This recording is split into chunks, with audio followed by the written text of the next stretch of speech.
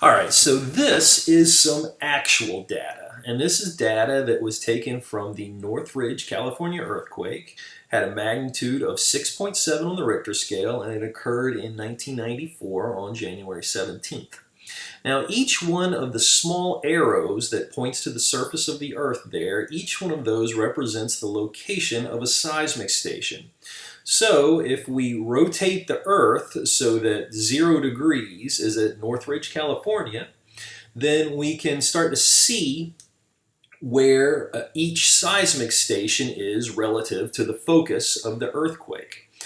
So if we look at about 95 to 100 degrees, we see that we start to get that shadow zone. You can see if you follow those arrows to the actual data, you see that the P waves peter out and that we've got very few, if any, waves that were intercepted by the seismic stations. In that area as well, the S waves are gone, which makes you think that they have been dissolved as they pass through a liquid layer. As we move on, we should see, and we do, that the P waves reemerge at about 145 degrees down there. If you follow those arrows over to the seismograph, you see that the blue little tick marks that are representing P waves, those P waves reemerge down there at the 145 degree mark.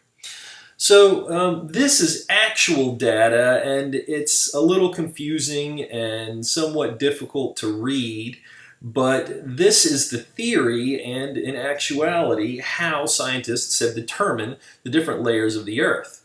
If you wanted to do more research on this and get an even better understanding, that would be great. I think that now you should have the basic idea required to do so, which is really what I'm hoping to do, because the math of this and further explanation is well beyond the scope of this text.